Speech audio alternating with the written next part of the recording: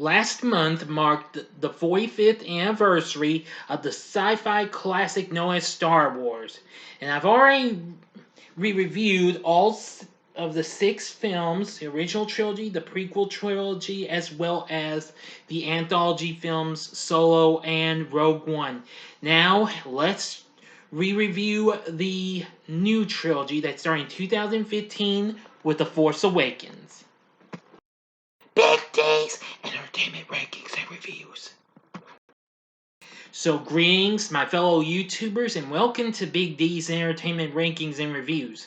My name's Doyle, better known to you as the Big D, and this time around I bring to you a re-review of the 2015 epic space opera Star Wars The Force Awakens.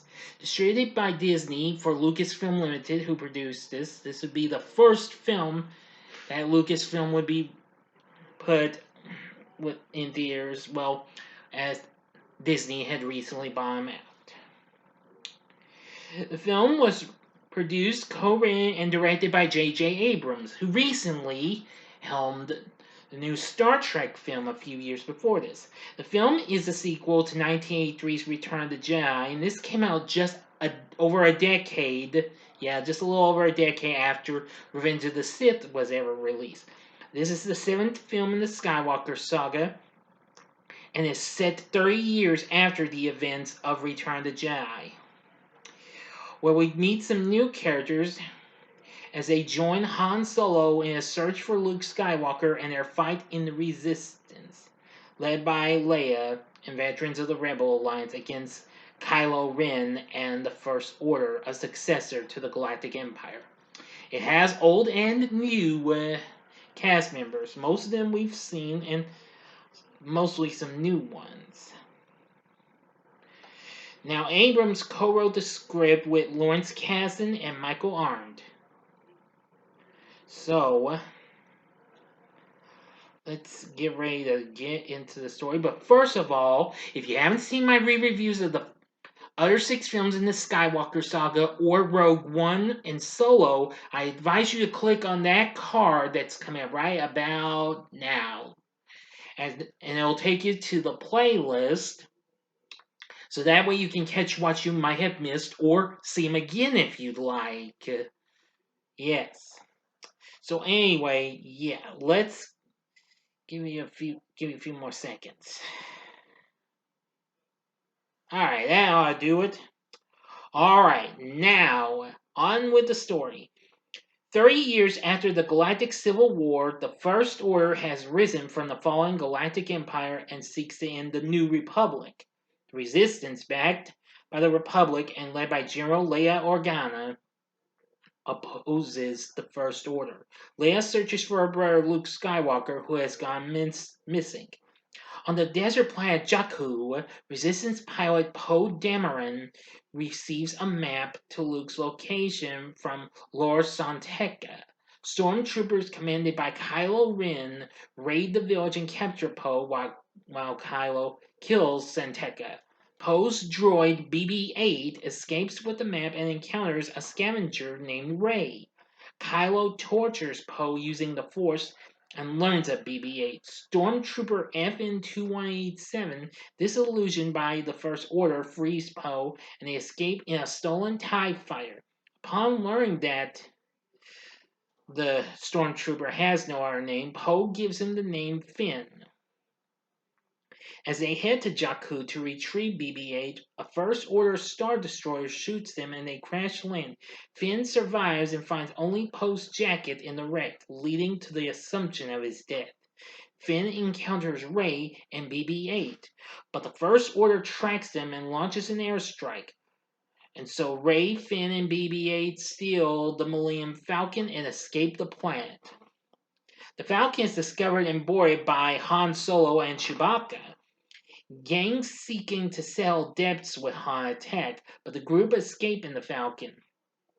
At the First Order Starkiller base, a plant converted into a super weapon, Supreme Leader Snoke allows General Hux to use the weapon for the first time on the New Republic. Snoke questions Kylo's ability to deal with emotions surrounding his father, who happens to be Han Solo, who Kylo states means nothing to him.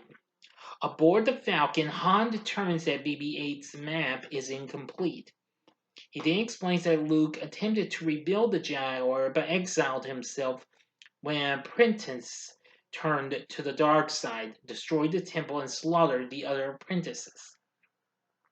The crew travels to the planet Takadana, I'm sorry if I mispronounced it, and meets with Cantina owner Maz Kanata, who offers help getting BB-8 to the Resistance. The Force draws Rey to a secluded vault where she finds the lightsaber once belonging to Luke and his father Anakin Skywalker. She experiences disturbing visions, denies the lightsaber at Maz's offering, and flees into the woods, confused and terrified. Maz gives Finn the lightsaber for safekeeping. Starkiller Base, much like the original Death Star, destroys the New Republic capital of Hosnian Prime, leaving the Resistance on their own. The First Order attacks Takadana in search of BB-8, while Han, Chewie, and Finn are saved by Resistance X-Wing fighters led by Poe, who survived the crash. Leia arrives at Takadana with C-3PO and reunites with Han. Meanwhile, Kylo captures Rey and takes her to Starkiller Base, but she resists his mind-reading attempts. Snoke orders Kylo to bring Rey to him. Discovering she can use the Force, Rey escapes using a Jedi mind trick on a stormtrooper guard. Alright, I'm going to the final act and the ending right now. You know what you have to do. 5 seconds to stop this video. Go to the description box below. Fast forward to the time below. If you've seen the movie already, please continue. Here we go.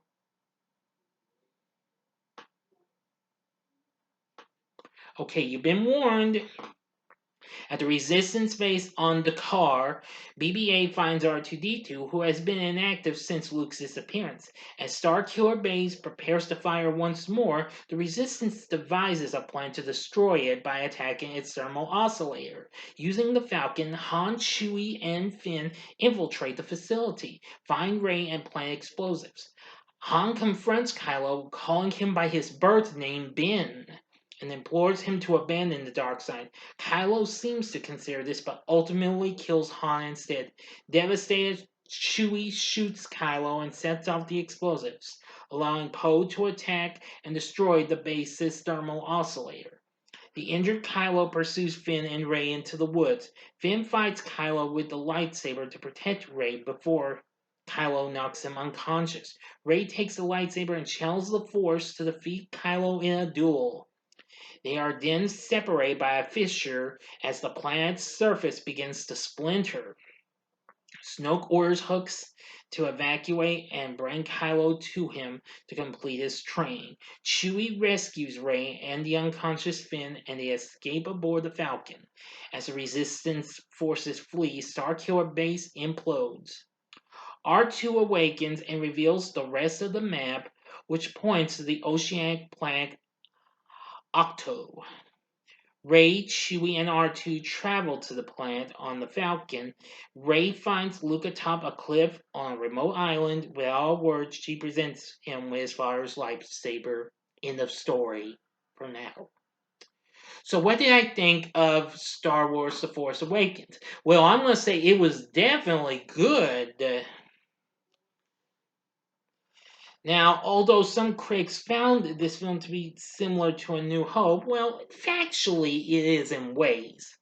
But nevertheless, I find this film to be an amazing, fun-filled thrill ride. Yeah, I remember going to the theaters to see it and seeing this. This was so good. It was released on December 18th in 2015. It was just so incredible. The film would go on to become the next big thing at the box office, to make it to the $2 billion mark worldwide, since Marvel's The Avengers had recently done that. Anyway, it broke various box office records and became the highest grossing film in the US and Canada, and the highest grossing film of 2015, and the third highest grossing film at the time of its release. The film got good reviews, and Despite critics found it too similar to the original, it was positively received by the critics for its screenplay, direction, lead performances, musical score, special effects, and emotional weight. Now that I completely do agree. Now, aside from our original threesome who would return, Harrison Ford as Han Solo, Carrie Fisher as Leia, and Mark Hamill as Luke, who unfortunately we only see at the very end, and he somehow got top billing. I don't understand what that deal is. Oh well, it's not the first time that's actually happened, in a movie. But as for the rest of the cast, Adam Driver plays Kylo Ren, who absolutely does an amazing job. He's a great villain. Daisy Ridley plays Rey. She does very good. John Boyega plays Finn, who is really good. Oscar Isaac plays Poe, and he's very good too. Playing Maz is Lupita Nyong'O, who after this would go on to appear in Black Panther and several other films. Playing Snoke is Andy Serkis, who had recently done work in the Lord of the Rings franchise as well as the Planet of the Apes prequel series. And Domhnall Gleeson plays General Hooks. Anthony Daniels once again returns as C-3PO, and Pierre Mayhew returns as Chewbacca. Now, Juna Suotamo and Ian White served as body doubles for Mayhew as he suffered from health problems. So this would actually be his last performance. And the late Max von Sydow as Lord Santeca was good. But there's a whole lot of others and what have you. So anyway, this was so incredible. So many of them. But I love the performances we got. The screenplay, the story written by J.J. Abrams and Lawrence Kasdan and Michael Arndt is very good too. Abrams' direction in this is really good too. Again, I agree with the critics and what have you. Anyway, the effects in this was just so amazing as well. And especially the score, once again done by John Williams, who of course did the music for the actual series, not counting the anthology flicks though. But anyway, I really did enjoy this. Again, it went on to make $2 billion worldwide, and would later get 2 sequels to come in the next 2 years. 2 years later, it would be followed by The Last Jedi, and then Rise of Skywalker in 2019, and then it would end up becoming the Star Wars sequel trilogy. So with everything said, would I recommend Star Wars The Force Awakens? The answer is easily hell yeah. This is definitely one flick you must see. I'd recommend you watch the original series before going into this, okay? That is if you're interested in this.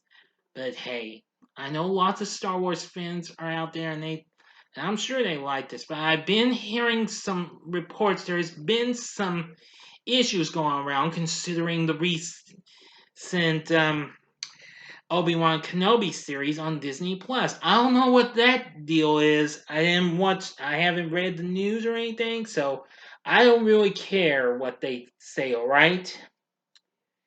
But however, that character's not really mentioned as we do get a little brief hang on just a second. Well, yeah, Obi-Wan does have a vocal cameo in Rey's vision sequence, but Ewan McGregor was uncredited though. That's it. Enough said. Anyway, I think you ought to give this film a watch. It's definitely really good. So, what are your thoughts on Star Wars The Force Awakens? Please tell me in the comment section below. If you like this video, click the like button, subscribe to my channel, and be a part of the Big D Nation. Join me next time when I bring to you a re-review of The Last Jedi, which I know a lot of people are mixed on that and why, and I understand. But I'm going to try and rewatch it before I re-review this, okay? Just like this. Alright, enough said. So anyway, let me know what your thoughts are on the film. And if you like this, consider checking out my reviews for these other films and what have you. And these are just some re-reviews. Well, not re-reviews, but reviews of some recent films. In the upper left-hand corner is my spoiler-free review for Doctor Strange in the Multiverse of Madness. The upper right-hand corner is my spoiler-free review of Top Gun Maverick. Or if you would like, and those are just current big movies, or if you'd like, go to the bottom left-hand corner and see the spoiler-free review I did for last year's big hit, Spider-Man No Way Home. In the bottom right-hand corner is the button you can click to subscribe. If you like rankings and reviews on movies, TV, music, video games, etc., then I'm your guy, excuse me. Thanks for watching. Until next time, I'm the Big D saying, see ya.